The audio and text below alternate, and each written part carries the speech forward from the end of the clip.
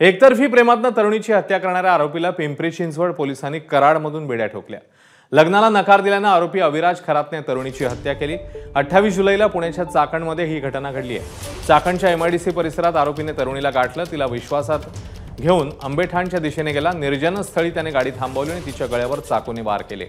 पुरावे नाहीसे करण्यासाठी तो तरुणीचा फोन घेऊन पळाला, मात्र फोन लोकेशनमुळे संबंधित आरोपीपर्यंत पोलीस पोहोचले। पिंपरी चिंचवड पोलीस आयुक्तालयातील म्हाळुंगे पोलीस स्टेशन या ठिकाणी लग्नास नकार दिला म्हणून एका युवकाने युवतीची चाकूने हत्या केली होती। त्यामधला जो आरोपी होता तो घटनास्थळावरून पसार झाला होता। त्यानंतर गुन्हे शाखेच्या युनिट 3चे पोलीस निरीक्षक नंतर त्यांच्या टीमने ACP विशाल हिरे आणि पोलीस आयुक्त साहेब यांच्या मार्गदर्शनाखाली सदर आरोपीस लगेचच पुणे बेंगलोर महामार्गावरील सातारा परिसरातून ताब्यात घेतलेला आहे आणि त्यांना पोलीस स्टेशनच्या ताब्यात पुढील तपासासाठी दिलेला आहे। ABP माझा, उघडा डोळे बघा नीट।